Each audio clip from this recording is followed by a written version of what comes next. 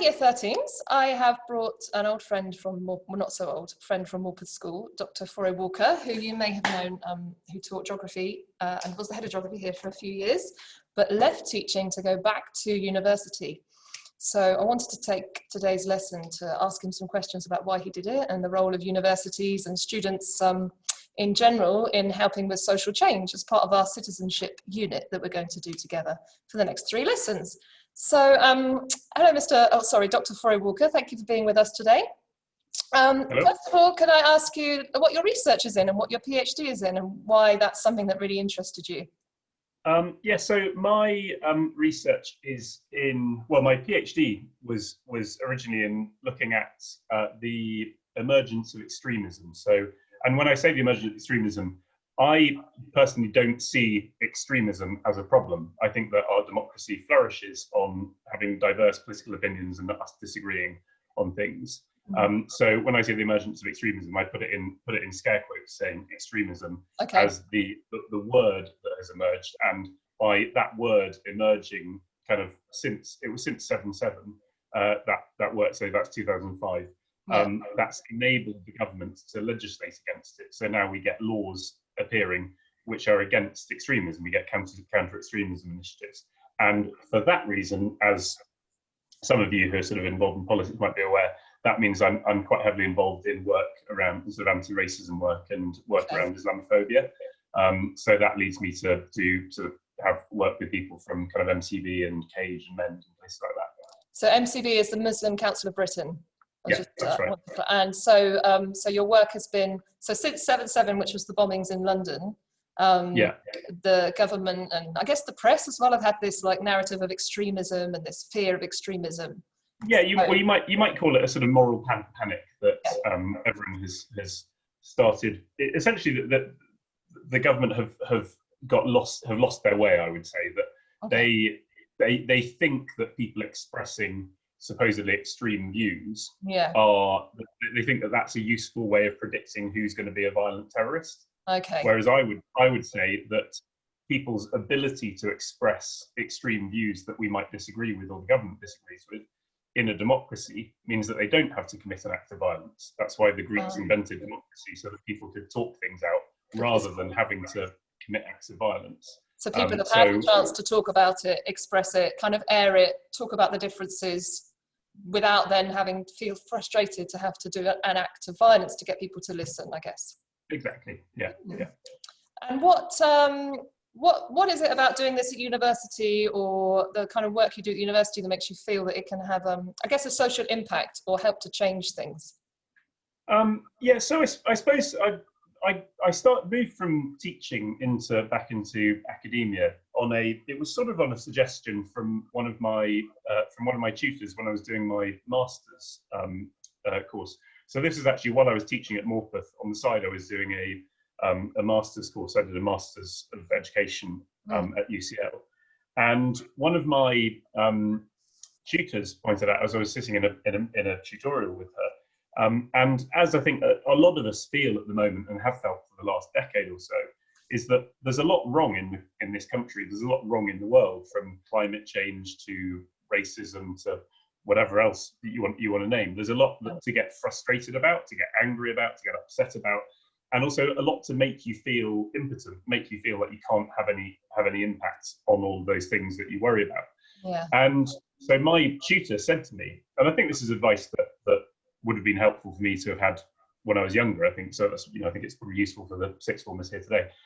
She said, well, what you do is you pick one very small issue and you, as an individual, work on that.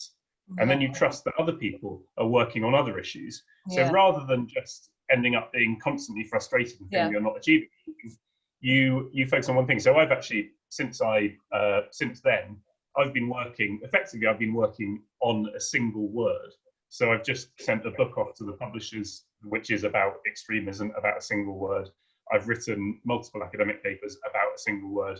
And this sort of comes up of this leads on to a further bit of advice, is that if you do stick with something specific and of interest, you eventually become the expert on it. Mm. So now, because I've been going on about this one word for ages, that means that I now have become enough of an expert that I'm able to email people at the Home Office and get myself in there to have meetings with senior civil servants.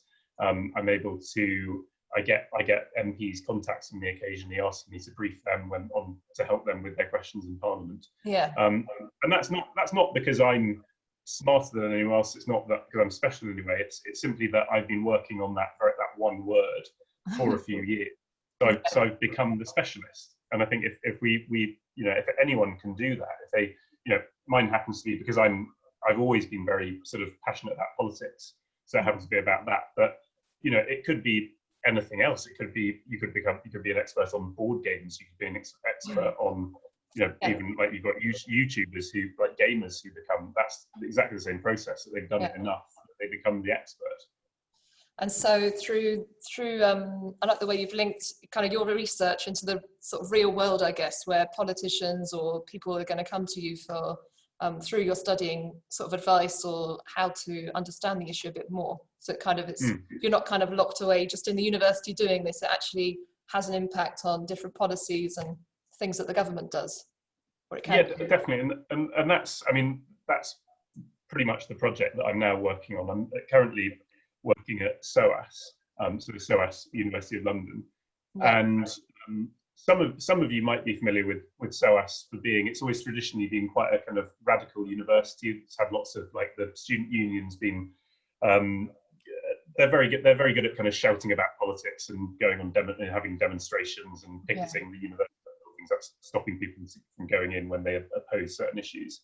But I was brought into SOAS because I've been kind of focusing on counter-extremism, and because I've been quite effective at getting myself in front of ministers and into the Home Office. They've put me into SOAS to I now teach other academics how to get their research in front of policymakers. So that's the thing that I'm working on now. So again, that leads from just focusing on the one thing that, maintaining focus and being quite dogged about that. Yeah. And you just mentioned the student union. Do you mind saying, what do you feel the role of the student union is in a university, or would you advise our sixth formers to join the NUS once they get to university? What kind of support might they get from it, or what things have you seen unions campaigning on, for example? Yeah, definitely. I mean, so the first thing to say is that I think that unions across society and across all workplaces, across all institutions, are vitally important. Before I worked at Morpeth, I was a teachers union rep at my previous school, and that involved me sort of giving advice to other teachers about sort of employment issues and things like that.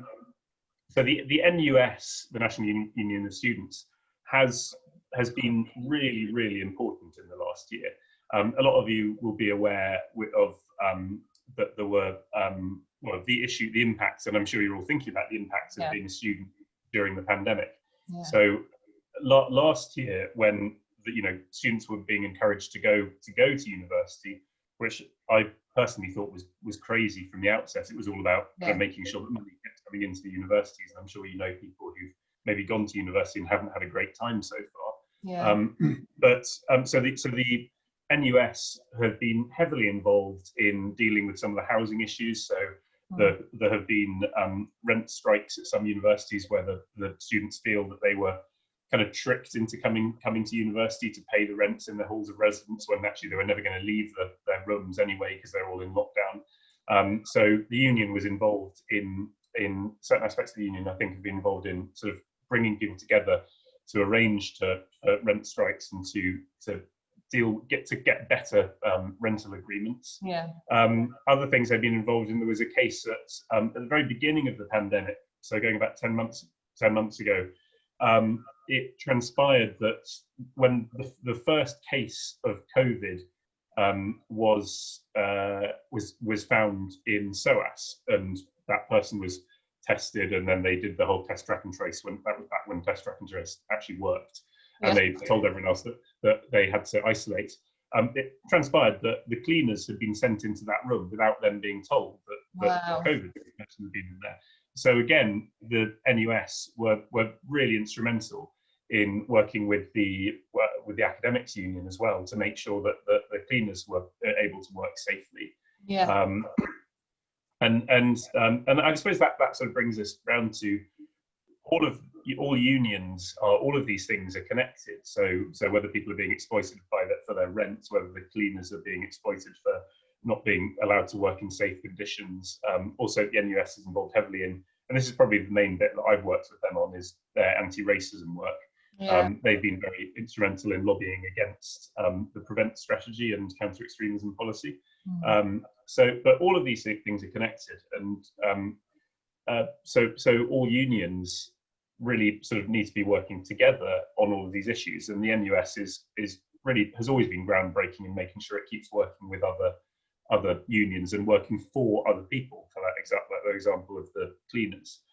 But I just would say one thing about that is that in the last kind of decade or so, under the sort of the coalition and then the current Conservative government, employment law has changed, that most employment unions find it very difficult to justify their in law working in solidarity with other people.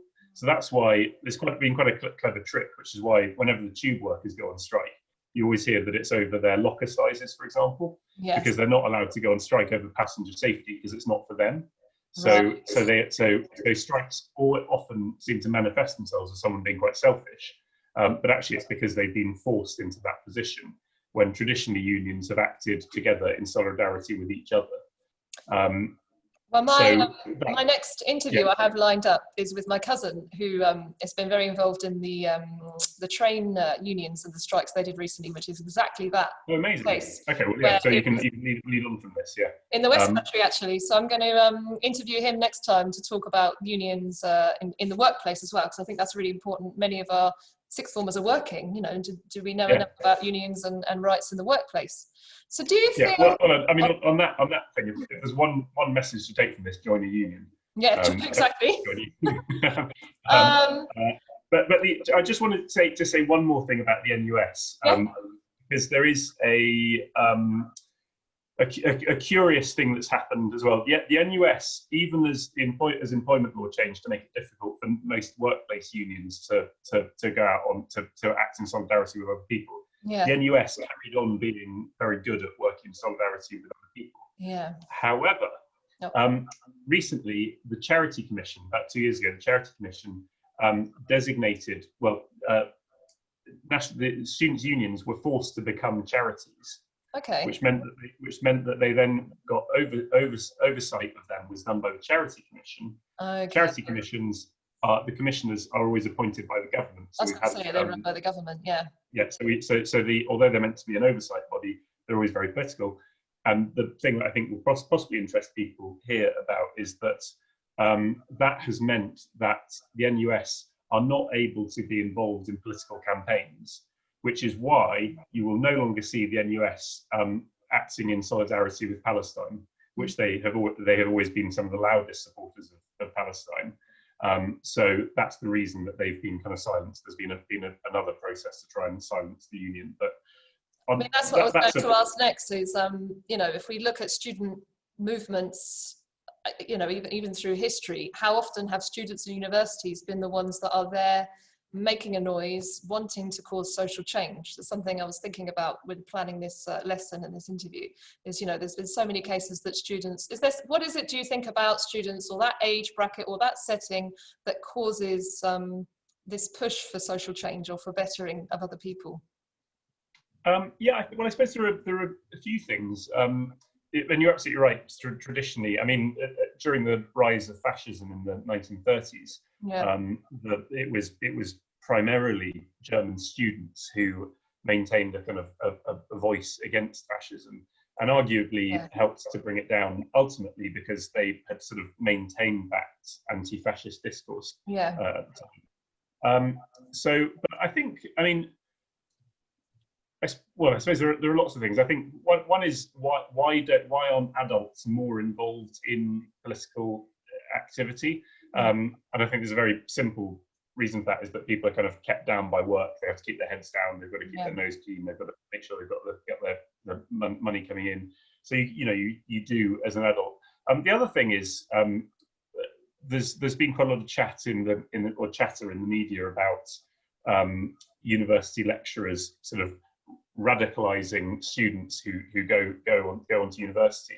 And I think that's just, I personally think that's nonsense. I think what happens is that from school pupils or sixth formers go to university, and they're suddenly confronted with a load of people who are different to who they've grown up with. They suddenly realise that they live in this diverse, plural world with people different worldviews, people that look different to them, and realise that they're all the same. And that's quite a radical idea in the current society that we live in. And that leads people to get involved in politics. I think that's the sum of it. And I think as well, just while we're talking about getting involved in politics, I was just seeing an interview a couple of days ago getting involved in the NUS, this sort of slightly goes against the sort of union solidarity idea, but it's actually a great thing for individuals to be involved in. And particularly if you look at a lot of the current kind of new left media, like Novara Media and places like that, are heavily staffed by people who were involved in the NUS. Zara Sultana, the MP, she was a head of her student union a few years ago, and that was her kind of springboard into politics. So it's definitely like a really positive thing for people to be involved in. Oh, well, one last question. What would your piece of advice be for our year 13s who are, obviously facing this year, unlike many other years? What would your advice be for them for going forward this summer and into their future? What would your one piece of advice be to them? I'm going to make it about three quickly. Okay.